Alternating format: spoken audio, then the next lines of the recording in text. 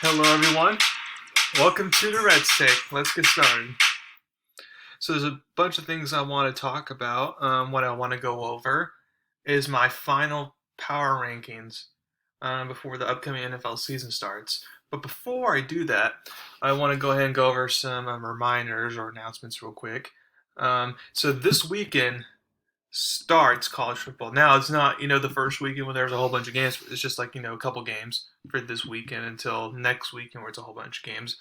But nevertheless, it's college football, and I'm excited because I'm a college football fan. So if you're a college football fan, on Saturday you have Nebraska, Illinois on Fox at 1 p.m. Eastern time. I mean, that should be a good game because both teams are not that good.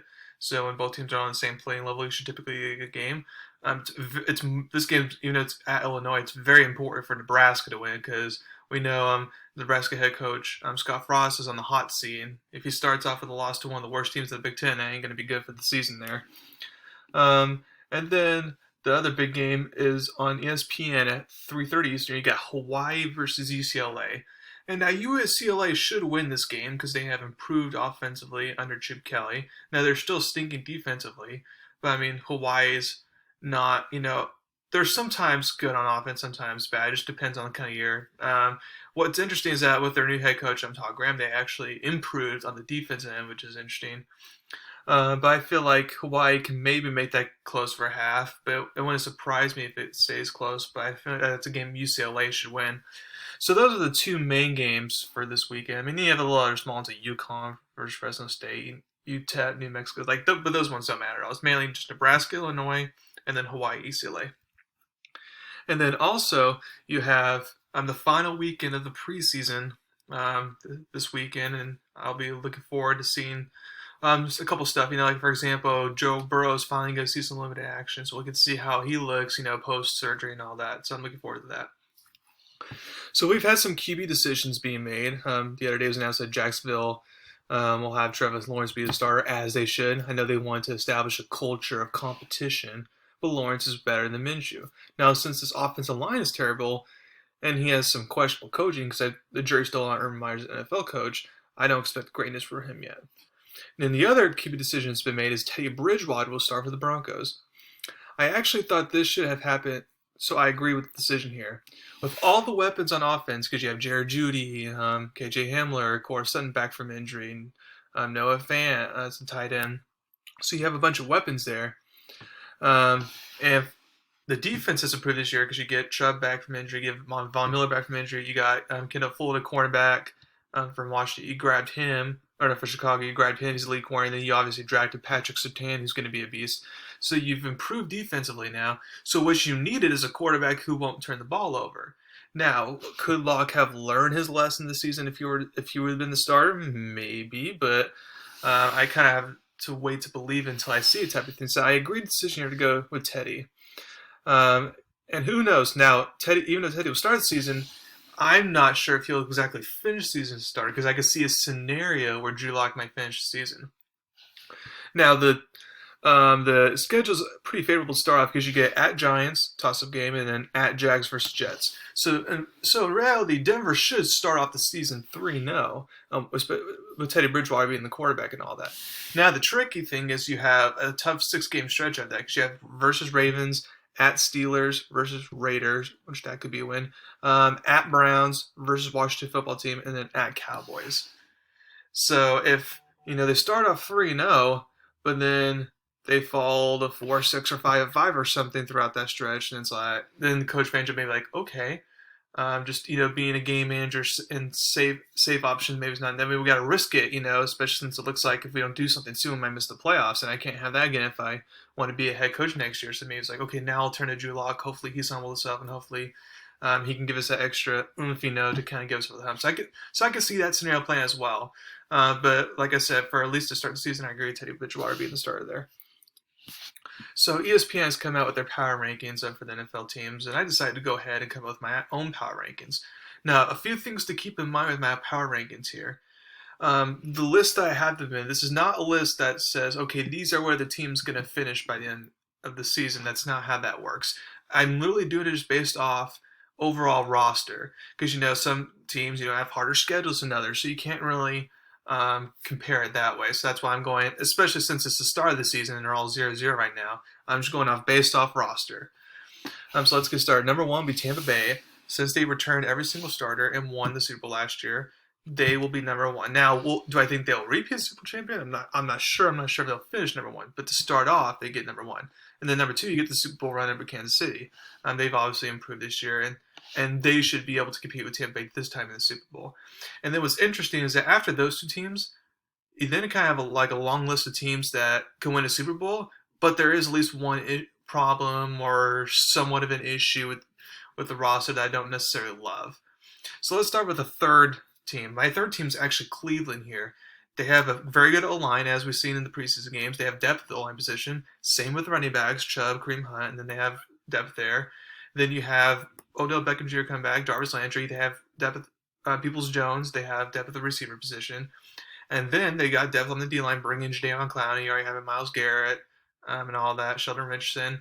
And then what the problem is, so you had a bad secondary, but now you had a very good draft / free agency, getting some corners and safeties from the Rams, drafting the cornerback Northwestern in the first round, getting a good linebacker from Notre Dame that fell all the way to your lap in the second round. So with all those things combined, now your defense is not going to be perfect, but it should be better. The reason why I don't feel like they can win a Super Bowl is because I think Baker Mayfield is just a mediocre quarterback at best. So there's limitations there. But if he does his part and Kevin Stefanski shows he can have another year as a coach, then Cleveland could be a contender. Fourth, I'm going to go with Buffalo, and I like their roster. They got some help on the D-line in this draft to help improve their defensive rush, which is needed. So the one thing that I don't like about the roster is that they don't have a true number one running back. I mean, Zach Moss, Devin Singletary, it's like, yeah, okay, but you don't have like Dalvin Cook or Derrick Henry or Alvin Kamara. You don't have like that type of back, and I feel like that is going to cost them in the end of winning the Super Bowl until they can get that. But overall, the rest of the roster is really good. Good head coach and GM and all that. And the fact that their offensive coordinator, Brian Dable, did not get a head coaching job and stay is good for Josh Allen. Fifth is San Francisco. You have to remember here, this was a Super Bowl level roster, and because of all the injuries last year, that's why it fell off. So I feel like San Francisco here is a team that's going to be reckoned with because they have a really elite defense. I know they lost Richard Sherman, but they have a lot of good, defensive linemen like Joey Bosa, and then you have, Fred Warner. Like, you just have a bunch of good defense pieces. On offense, you've gotten better at the receiver position over time, and you still have Raheem Mostert, and you drafted some good running backs in the draft. You have a pretty good O-line. Now, Jimmy G is not the best quarterback by any means, but if he could stay healthy, then I feel like San Francisco's top five takes. With Trey Lance, since it's too early for him, I wouldn't put them at that high of Trey Lance. In the future, I would, but as right now, not so much. But San Francisco is a top five team, in my opinion. 6, you got Baltimore. Again, very good roster, all that. The only problem here is that the receiver position, while you got 2 wide receivers, which is good to bolster that receiver, that you got Sammy Watkins, it's still a young and unproven group. So we'll kind of see how that plays out. 7, Indianapolis. I love the roster. Only thing I don't like is Carson Wentz. Maybe he can resurrect his career with Frank Wright, but I'm a believe till see type of guy just because he's gone so downhill. I'm not sure if he can be saved or not. That's the only reason why they're not higher on this list, but they have a very good roster. 8, Green Bay. I know they made it to the conference championship game 2 years in a row, but they did lose their starting center. They didn't really. They got Amari Rodgers in the round, and traded for Randall Cobb, but they could have got. I feel like they should have gotten a different type of receiver that would have been a bigger weapon for them. They lost a couple pieces on defense, so they had one of the worst drafts, I feel like, out of all the teams. So I'm just kind of, and plus with the Aaron Rodgers drama from the offseason, I'm going to be like, okay, we'll see. 8 is Seattle. Again, they improved their O-line this offseason in the draft, and they got another wide receiver in the draft in the second round.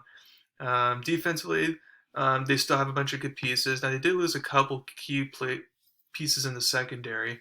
So that's the reason why I feel like that could be a thing that potentially holds them back from winning the Super Bowl. 10, LA Rams. Now, if Cam Akers did not get injured, the Rams, I feel like on this list would probably be higher. But because of that happening and them losing those pieces in that safety to the Browns, that's why I feel like the Rams are still a top 10 level team, but there's definitely something there that could hold them back. Okay, and now you start to get to the teams where it's like, okay, there's either one pro or maybe two, but you can still technically, they're a dark horse. You could still technically see a path.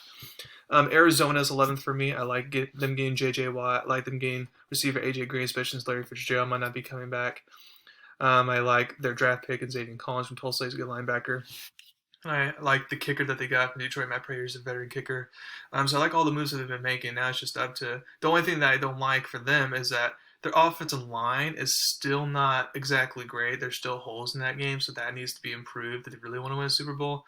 But then also Cliff Kingsbury as a head coach is still questionable.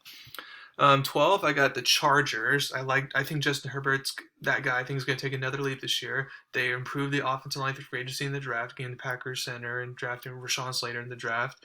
Now, for me, there's still question marks on their defense, specifically with the linebacker position. So that's why I feel like, and plus being in the same division as the Chiefs, that's why I have a little bit lower. But overall, this roster is actually pretty good. Plus, we have to see how the former Rams defensive coordinator, new head coach, we have to see how he is as a coach. 13, Miami. Now, we know they have a good defense. We know they have a good coach and all that. Their offensive line has improved. They got more weapons in the draft, signing Fuller and then drafting Waddle. My only issue here is I don't think two is the guy, so that's the one thing that kind of limits them.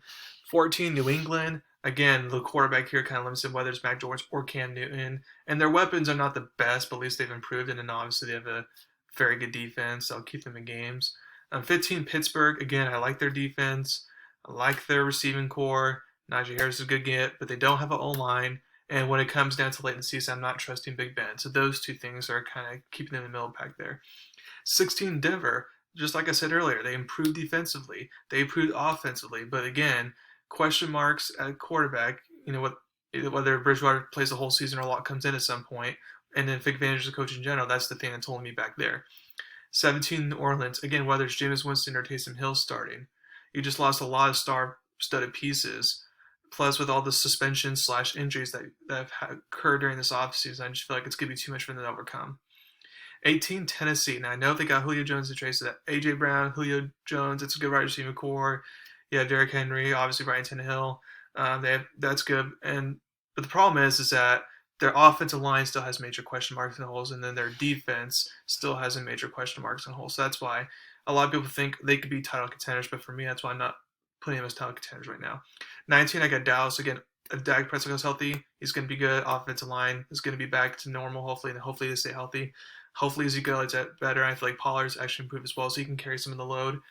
The receiving core is awesome. And then the defense, you drafted some good defense players, Micah Parsons, Jabril Cox, got a new defense coordinator. So obviously, until I see the defense improve a lot, that's not going to be high on my list. And plus, with Mike McCarthy as coach, but they'll definitely be interesting. I'm going to stay with Washington because most of their defense on Washington's awesome, and then they actually did a pretty good job of improving their receiving core in this draft and free agency, getting Curtis Samuel, drafting the wide receiver from North Carolina. Then I just don't trust Fitzpatrick as the full-time quarterback, and the offensive line still shaky, so that's my hold-up there. Minnesota, again, Kirk Cousins is very limited, and while you have a good receiving core, good running back, and offensive line might improve a little bit, that defense is still kind of bad, and I don't see much improvement there. Chicago, 22, again, great defense, but offensive line terrible, and question marks to quarterback. Carolina, again, I like the offensive weapons that they acquired throughout the offseason. And I like the first-round cornerback J.C. from South Carolina that they got. But there's still going to be question marks on defense. And Sam Darnold with question marks as well. 24, I got the New York Giants. Again, they improved the receiving core and tight end core dramatically this offseason. You get Saquon Barkley back and all that. And they have a pretty good defense. But again, question marks with Daniel Jones as a full-time quarterback and offensive line.